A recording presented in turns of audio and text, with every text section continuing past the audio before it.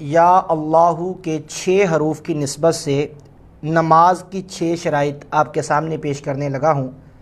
توجہ سے سنیے گا اور نماز میں ان شرائط پہ غور کیجیے گا۔ نمبر 1، طہارت، ستر عورت، استقبال قبلہ، وقت، نیت اور تکبیر تحریمہ۔ یہ 6 چیزیں ایسی ہیں جن میں نماز میں ہونا ضروری ہے۔ اگر نماز میں نہ ہوئیں، کوئی ایک بھی شرط نہ پائی گئی تو نماز نہیں ہوگی۔ مختصر ان کی وضاحت بھی کر دیتا ہوں۔ طہارت سے مراد ہے پاکی۔ نماز پڑھنے والے کا جسم، بدن، جس جگہ نماز پڑھ رہا ہے اس کا ہر نجاست سے پاک ہونا ضروری ہے۔ ستر عورت مرد کے لیے یہ ہے کہ ناف سے لے کر گھٹنوں سمیت کا حصہ چھپا ہوا ہونا ضروری ہے نماز میں۔ اس کے بعد استقبال قبلہ، کہ نمازی کا چہرہ قبلے کی طرف ہو۔ اگر قبلے کے علاوہ کسی اور طرف چہرہ کر کے نماز پڑھے گا تو نماز نہیں ہوگی۔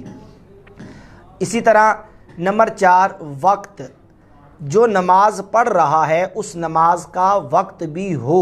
ایسا نہیں ہے کہ ظہر کے وقت میں دن 2 بجے وہ عصر کی نماز پڑھنا شروع کر دے تو اس کی عصر کی نماز نہیں ہوگی، کیونکہ ظہر کا وقت ہے اور جو وقت ہے اس وقت کے اندر وہی نماز ادا کی جائے گی۔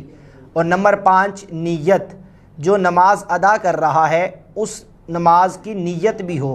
مثال کے طور پہ میں نے ظہر کی نماز ادا کرنی تو میری نیت ہو کہ میں آج ظہر کی نماز ابھی ادا کر رہا ہوں۔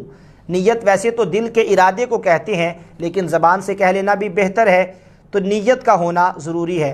اور نمبر 6، تکبیر تحریمہ، کہ نماز کے لیے جب نماز شروع کی جاتی ہے تو سب سے پہلے اللہ اکبر کہہ کر ہاتھ اٹھائے جاتے ہیں اور کانوں کی لو تک لائے جاتے ہیں، تو اس تکبیر کو تکبیر تحریمہ کہتے ہیں، تکبیر اولیٰ بھی کہتے ہیں۔